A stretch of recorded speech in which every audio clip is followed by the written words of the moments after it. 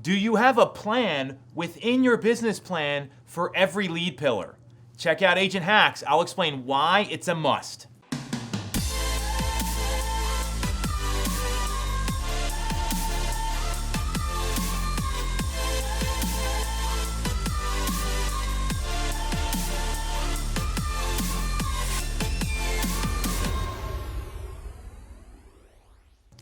So we've been talking about business planning a lot the past couple weeks because it's that important. Failing to plan is preparing to fail. Ben Franklin said that. Take notes. So the reason I keep bringing this up, and we were just at our team retreat this past week. We had one of our great coaches, Bill Pipe, zoom in, and he talked about some of the mistakes that people make this time of year because what a lot of agents do is they work out the plan. They know how many people they need to talk to, how many homes they want to sell. They've got the basics in there and the skeletons there. The subcategory plan, the individual lead pillar plan is not flushed out. And it should be not lead pillar singular, lead pillars plural, because we know that lead pillars can get disrupted. This has been a crazy year. A lot's been disrupted in a lot of people's lives. And if you want to have an indisruptible business, plural pillars is what you're going to need.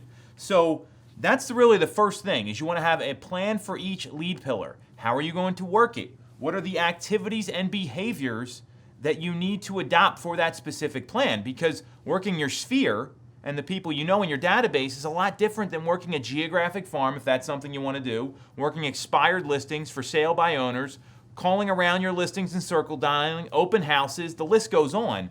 Every plan is going to be different for those individual lead pillars. So the subcategory plan is a must. So step one, like I said, what are those behaviors and activities? Do you have an automation set up in terms of drips and property alerts for the people that are coming through if it's like an open house and you get their information? Do you have your mailing schedule ready if that's something you're doing? Do you have the list of and time blocks of prospecting activities you're going to do to get on the phone with these people to convert them? Because we know that when people hear the sound of your voice, it goes a lot better for you than just emailing, texting, and that sort of thing.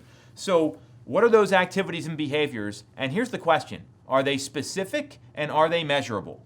So that's the first component here of the lead pillar subcategory business plan. Component number two, you schedule it all and put it in your calendar. So we've heard this before, and that's the best thing I love about this show. We've heard all this stuff before. It's about taking action and implementing. So do you have all your mailers scheduled? Do you have your videos that you're going to shoot scheduled? Do you have your prospecting time scheduled? And do you have designated times in that prospecting lead gen block or designated days where you're working specific lead sources? The whole point is you put it in your calendar, there's a commitment there to get it done.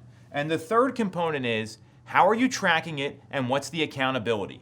Meaning, are you looking at what your conversion rates are? Are you tracking the number of conversations you have with each one of these lead pillars or these lead sources so that you know what you convert, which pillar at what rate? Because that allows you to work smarter, because we're already working hard if you're doing this stuff. It's not only smarter, it's we're already working harder. How do we work smarter?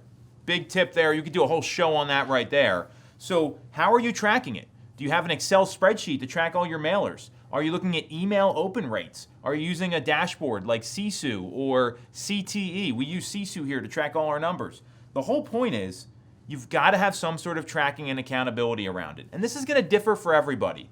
So when you're looking at your business plan, make sure it's specific to the lead pillar and the subcategory, because a lot of people fail there. And especially when you're implementing something new, you've got to know how it's performing, because if you don't, you're just throwing stuff against the wall and seeing what sticks. That's not a business plan. That's like playing, darts at an amusement park where you're trying to pop the balloon open. It's not going to be effective and efficient. This is business. We mean business when we talk about that, and it's critical to have these pillars fleshed out. Any questions about this or you want to know more? You know where to reach me. Catch you next week.